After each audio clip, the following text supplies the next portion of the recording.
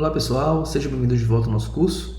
Bom, nessa aula aqui nós vamos falar sobre os erros que modelos de aprendizado de máquina podem cometer.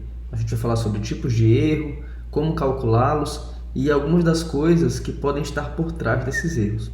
Bom, quando a gente vai construir um modelo de aprendizado de máquina, normalmente a gente usa o que a gente chama de dados de treino, que são os dados observados, são os dados que a gente tem disponíveis para que a gente possa construir esse modelo. E esses dados nada mais são do que uma amostra da população. Nesse exemplo aqui, esses pontos pintados em azul, eles são os dados de treino, e esses pontos pintados em branco são os dados que também pertencem à população, mas que nós não temos acesso por algum motivo para construir o nosso modelo. E o que a gente quer normalmente a gente quer usar esses dados de treino para construir um modelo, né? E esperançosamente esse modelo vai ser bom o suficiente de forma que ele possa ser generalizado para esses dados que a gente costuma chamar de dados de teste, ou seja, dados que a gente não sabe ainda o rótulo, né? A gente não tem conhecimento desses dados. Os dados vão chegar para a gente vai usar o nosso modelo para prever. Normalmente esses dados são os dados de interesse, né? Porque são os dados que realmente são interessantes, porque os dados do treino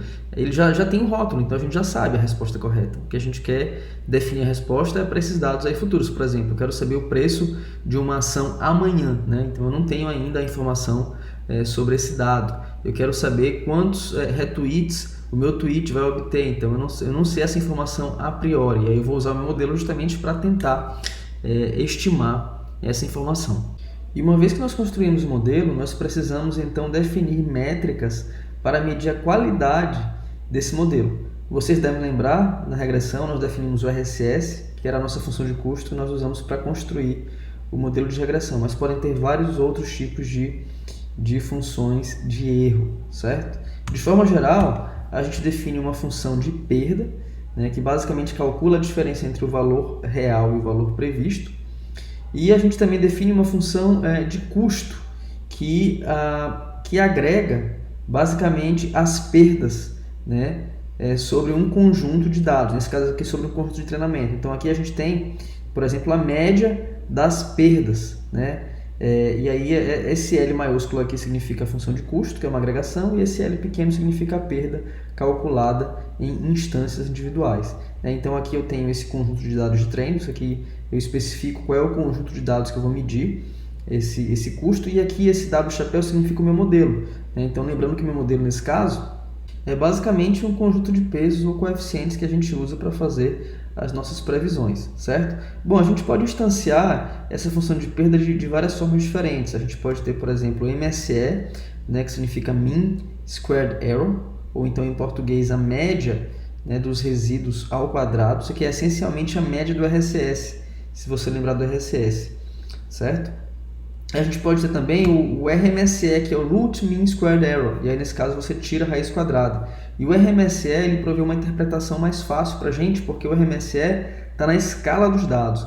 Então imagina que o seu problema é prever a quantidade de votos que um certo candidato vai receber numa eleição. E aí digamos que o seu RMSE é de 10. Então isso significa que você está errando, né, 10 votos para cima ou para baixo na média. Então, se você estivesse usando o MSE, você não conseguiria interpretar tão facilmente dessa forma, porque o erro não estaria na mesma escala dos dados, certo? Bom, há uma relação conhecida entre complexidade do modelo e erro no treino. Normalmente, quanto mais complexo é o modelo, menor vai ser o erro no treino, certo? Então, imagina que a gente tem o modelo mais simples que você pode imaginar, né? Um modelo constante, é basicamente a média aqui dos valores de y, né? Então, isso seria uma reta aqui, mais ou menos assim. Então imagina que é uma reta, tá? E aí perceba que o modelo como esse vai cometer muitos erros, né? Olha só, certo?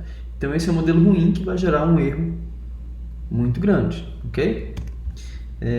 Vamos agora então usar, por exemplo, uma regressão linear, né? Aí a gente já tem um modelo mais bacana, né?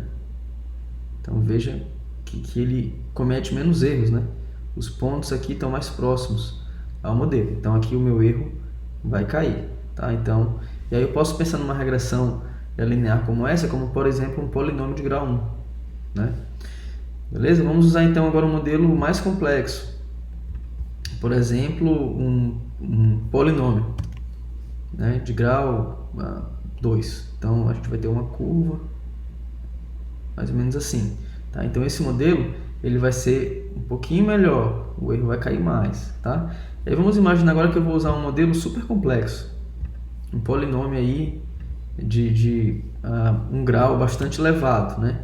Então eu vou ter um modelo mais ou menos assim, ó. Vamos imaginar algo assim, tá? Então eu tenho um modelo aqui que praticamente levou o erro a zero. Ele passou por cima de todos os pontos. Então você pode imaginar, sei lá, vou dar um chute aqui, um polinômio de grau 16. Então veja, quanto mais complexo for o nosso modelo, aqui a complexidade que eu estou medindo pelo grau do polinômio, menor vai ser o erro no treino.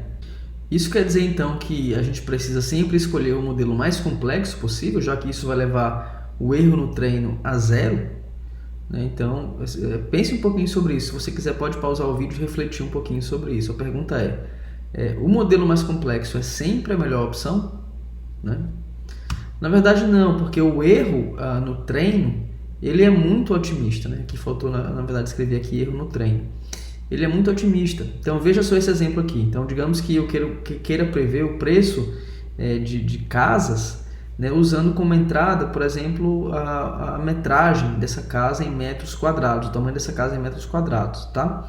E aí imagina que eu tenho esses dados aqui de treino, gerei um modelo como esse aqui, um modelo bem complexo, né? Então veja só o que esse modelo está dizendo basicamente, né? Então aqui o preço da casa ele começa a crescer aqui com o tamanho da casa, mas nessa região aqui específica, né, o preço cai, tá? E aí depois ele volta a subir de novo, né?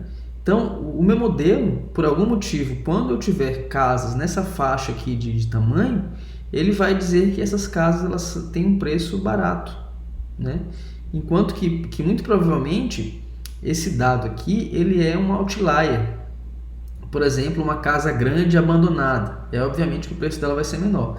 Mas aí se você usar esse modelo para prever o preço de qualquer casa que tenha um tamanho como esse, se tiver uma casa bem nova, num bairro bem valorizado, né, o seu modelo vai errar muito feio. Ele vai dizer que essa casa custa muito barato, você vai se empolgar quando você vai ver lá o preço da casa, o preço real, ele é bem diferente, tá? Então o erro no treino ele é muito otimista. O erro no treino só indica uma boa generalização se os dados incluírem toda a sua população, o que quase nunca é o caso. Os seus dados de treino eles sempre representam uma amostra da população, certo? Bom, se o erro no treino não é uma boa forma de medir a qualidade do nosso modelo, o que a gente poderia usar?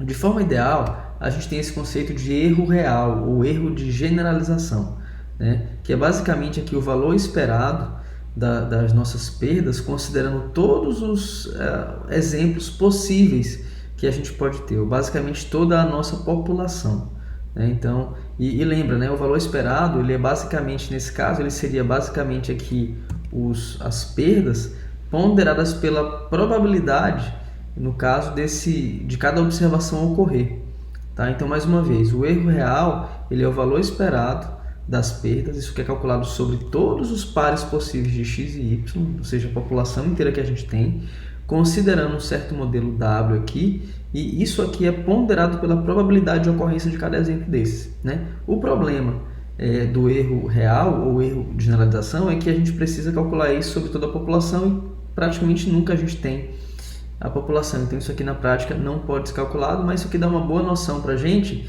do que seria o erro ideal.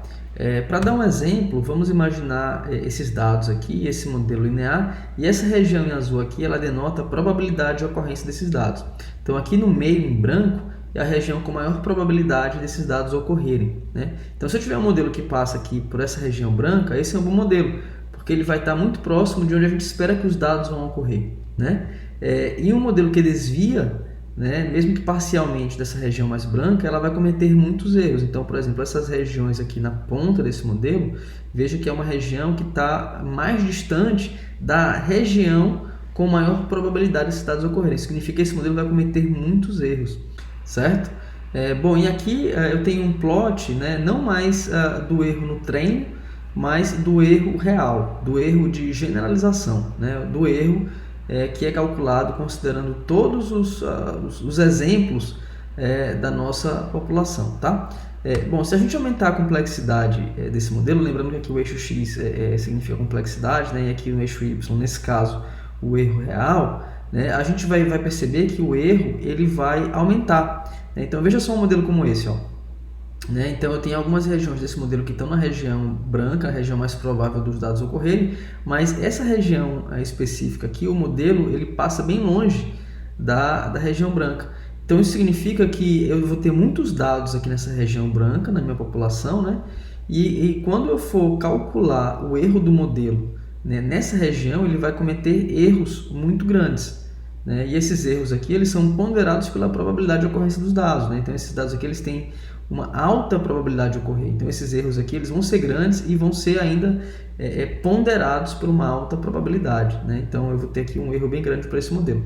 E se eu usar um modelo mais complexo ainda, o meu erro vai explodir, como um modelo como esse aqui, ó, né? Onde esse modelo aqui, veja que ele passa exatamente em cima dos dados de treino, só que ele é um modelo tão complexo que ele acaba, na grande maioria das vezes, ficando bem distante das regiões mais prováveis dos dados ocorrerem. Então imagina só, eu vou ter vários dados, por exemplo, ocorrendo aqui, ó, nessa região, e o meu modelo vai prever esses valores aqui, então vai cometer erros realmente bastante grandes, né? Agora pensa o seguinte, se eu estivesse calculando o erro no treino e não o erro real, como é que você acha que seria esse erro? Seria um erro próximo a zero, na verdade. Eu acho que seria um erro exatamente igual a zero, porque aqui nesse caso a gente está passando, ó, exatamente em cima dos dados de treino, tá bom? Certo, mas se usar o erro no treino não é uma boa ideia e a gente não consegue calcular o erro real, o que a gente pode fazer, né? A gente pode usar uma coisa chamada erro no teste. O que é o teste? Normalmente, o que a gente faz, a gente pega os nossos dados e a gente divide esses dados em treino e teste, né? Então a gente separa uma parte que a gente chama de teste, essa parte a gente não usa para realizar o treino, e o que sobrou a gente usa para o treinamento, né? E aí o que a gente faz é a gente estima ou constrói o nosso modelo nos dados de treino e avalia o erro nesses dados de teste, nesses dados que não foram usados para o nosso treino. Como a gente sabe o valor real desses dados de teste, a gente pode compará-los com os valores previstos pelo nosso modelo. Normalmente, esses dados de teste eles são um bom proxy para o erro real ou para o erro de generalização, tá? E aí, por exemplo, se eu quiser calcular o RMSE nos dados de teste, é a mesma coisa que a gente fez no treino, né? Aqui no caso a gente vai estar calculando aqui a média, né, dos erros ao quadrado e depois tirar a raiz, certo? Só que a diferença é que isso aqui não é mais no treino, mas isso aqui é nos dados de teste, que eu estou chamando aqui agora de D-teste, aqui, certo? Bom, pessoal, então é isso para esse vídeo. No próximo vídeo nós vamos continuar estudando a relação entre treino e teste, né, e como é que essa relação ela pode nos ajudar a entender melhor quais são as causas dos erros, seja no treino e seja no teste, e o que nós podemos eventualmente fazer para diminuir esses erros, ok? Então até lá!